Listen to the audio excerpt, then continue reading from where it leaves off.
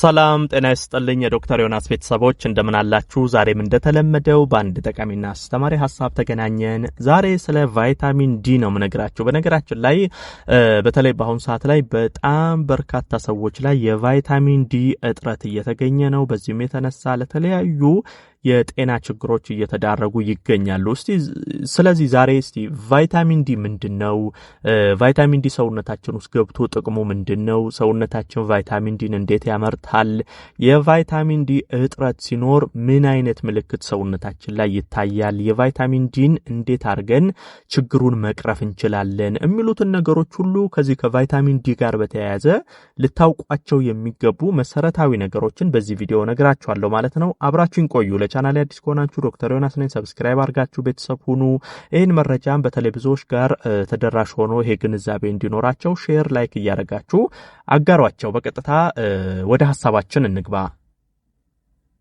እንግዲህ ስለ ቫይታሚን ዲ ስናወራ ቫይታሚን ዲ ሰውነታችን እንዲያመርት በዋናነት 3 አካላት ትልቁን ስራ ይሰሩልናል። የመጀመሪያው ጉበት ነው፣ ከዛ ኩላሊት ነው፣ ከዛ ቆዳ ነው። እንግዲህ እነዚህ ቆዳ፣ ጉበት፣ ኩላሊት ተቀባብለው ነው ሰውነታችን ቫይታሚን ዲን እንዲያመርት የሚያደርጉት ማለት ነው። በነገራችን ላይ ቫይታሚን ዲ በዋናነት ከፀሐይ ብርሃን ነው የምናገኘው። ብዙ ጊዜ ይሄን ሰምታችሁትም ሊሆን ይችላል። በተለይ የጠዋት ፀሐይ መሞቅ ትልቁን ቫይታሚን ዲ ሰውነታችን እንዲያገኝ የሚያደርግልን ትልቅ ኃይል ነው። የተወሰነ ከምግብ የምናገኛቸው አሉ። እስቲ በኋላ ቫይታሚን ዲ ያለባቸው ምግቦች ምንድናቸው የሚለውን እነግራቸዋለሁ። ነገር ግን በዋናነት ቫይታሚን ዲ ከፀሐይ ብርሃን ነው የምናገኘው። ይሄንንም የምናገኘው እንዴት ነው የሚሰራው የሚለውን ስንመለከት መጀመሪያ አሁን ፀሐይ ስትሞቁ ጠዋት ላይ ቆዳችሁ የመጀመሪያውን የቫይታሚን ዲ ስራውን ይሰራና ለጉበት ይሰጣል። በኋላ ላይ ጉበት ቀጣዩን ስራ ሰርቶ ወደ ኩላሊት ያስተላልፋል። ኩላሊታችን የመጨረሻውን ስራ ይሰራና ሰውነታችን ቫይታሚን ዲን እንዲያመርት ያስችላል ማለት ነው። እነዚህ ቆዳችን፣ ጉበታችንና ኩላሊታችን ተቀባብለው ነው ሰውነታችን ላይ ቫይታሚን ዲን የሚያመርቱት።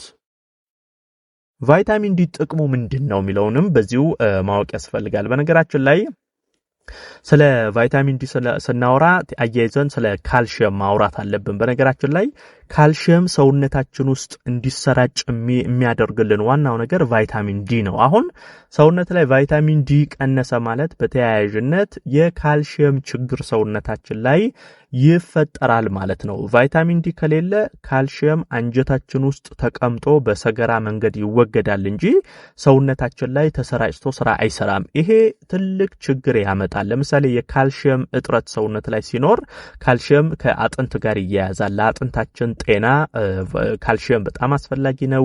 ለልባችን ጤና አስፈላጊ ነው። ለደም ዝውውር በከፍተኛ ሁኔታ አስፈላጊ ነው። ታዲያ ሰውነት ቫይታሚን ዲ እጥረት ሲኖር ተያይዞ ካልሲየም ለሰውነት አይሰራጭም። በዚህ ጊዜ እነዚህ የልብ ችግሮች፣ ከአጥንት ጋር የተያያዙ የአጥንት መሳሳት፣ የተለያዩ የአጥንት ህመሞች፣ ከደም ዝውውር ጋር የተያያዙ ችግሮች ይፈጠራል ማለት ነው። ስለዚህ ይሄ ቫይታሚን ዲ ለካልሲየም፣ ካልሲየም ደግሞ እነዚህን ሁሉ ስራዎች እንዲሰሩ ያስችላል ማለት ነው።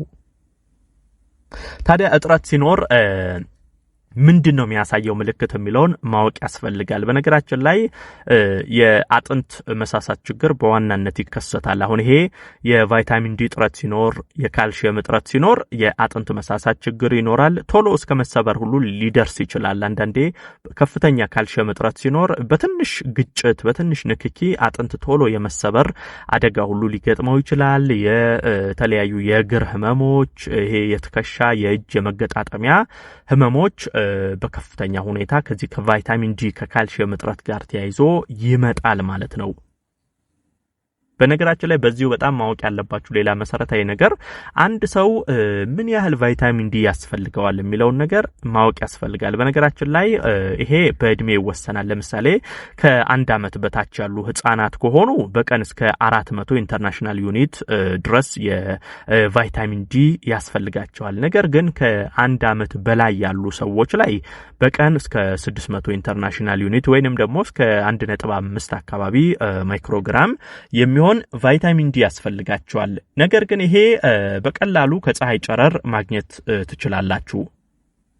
ለምሳሌ ይሄ ማለት ምንድነው አሁን አንድ ሰው ቢበዛ እንደው በሳምንት አንድ ቀን እንኳን አድርገን እንየው አሁን አንድ ሰው በሳምንት አንድ ቀን ቢያንስ ለ30 ደቂቃ ለ40 ደቂቃ ፀሐይ ቢሞቅ እጅግ በጣም በቂ ነው ይሄ ማለት ምንድነው ጧት ተነስታችሁ ለምሳሌ ለ30 ለ40 ደቂቃ በሳምንት አንድ ቀን እንኳን ፀሐይ ብትሞቁ ከ8 እስከ 10 ሺህ የሚሆን ኢንተርናሽናል ዩኒት ሰውነታችሁ ቫይታሚን ዲን ማምረት እንዲችል ያስችለዋል ማለት ነው ይሄ በጣም ትልቅ ሰውነት ላይ ቫይታሚን ዲ ተመርቶ ትልቅ ስራን እንዲሰራ ያደርጋል ስለዚህ በተለይ ጠዋት ፀሐይ ላይ ቢያንስ ለ30 ደቂቃ በሳምንት ብትችሉ 2 3 4 ቀን ብትሞቁ ጥሩ ነው ካልሆነ ግን እንደው በሳምንት አንድ ቀን እንኳን አስባችሁበት ጠዋት እየተነሳችሁ የፀሐይ ብርሃን ማግኘት ፀሐይ መሞቅ ለቫይታሚን ዲ ምርት በጣም ትልቅ ስራን ይሰራል ግን ቫይታሚን ዲ ከፀሐይ ብርሃን ማግኘት ማትችሉ ለምሳሌ አንዳንድ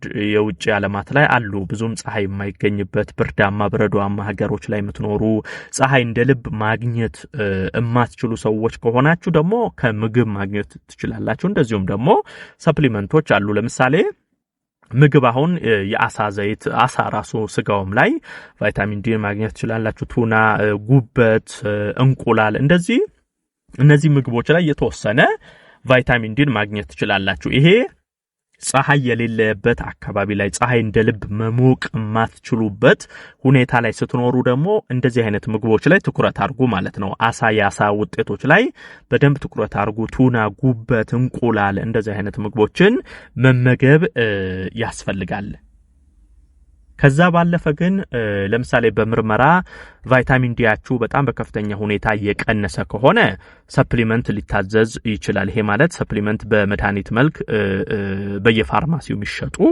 የቫይታሚን ዲ መድኃኒቶች አሉ ያው መድኃኒት አይባልም ሰፕሊመንቶች ናቸው እነሱን መውሰድ ትችላላችሁ እሱን በሳምንት አንድ ፍሬ መውሰድ በቂ ነው ይሄ በርግጥ ቫይታሚን ዲያችሁ ምን ያህል ቀንሷል የሚለው ታይቶ የሚታዘዝ ነው ነገር ግን ሰፕሊመንቱ ለምሳሌ በሳምንት አንድ ቀን ቢያንስ ለ3 ወር በተከታታይ ብትወስዱ ይሄ የቫይታሚን ዲ ችግርን መቅረፍ ከሰውነት ላይ ማስወገድ ትችላላችሁ ማለት ነው እንግዲህ እንዳጠቃላይ ስለ ቫይታሚን ዲ ይሄንን መሰረታዊ ግንዛቤ መያዝ ያስፈልጋል ዶክተር ዮናስ ነበርኩ ይሄን ሐሳብ ላይክ ሼር አድርጋችሁ ለሌሎችም አጋሯቸው ለቤት አዲስ የሆናችሁ ደግሞ ቻናሌን ሰብስክራይብ አድርጋችሁ ቤተሰብ ሁኑ ሁሌም እንደዚህ አይነት ጠቃሚ አስተማሪ የጤና መረጃዎችን ምንለዋወጥበት ቻናል ስለሆነ ሰብስክራይብ ብታደርጉ ብዙ ትማሩበታላችሁ የዛሬን በዚሁ አበቃው በቀጣይ ቀን ደግሞ እንደዚሁ ሌላ ይጠቅማችኋል ያስተምራችኋል ለምለውን ሐሳብ ይዤላችሁ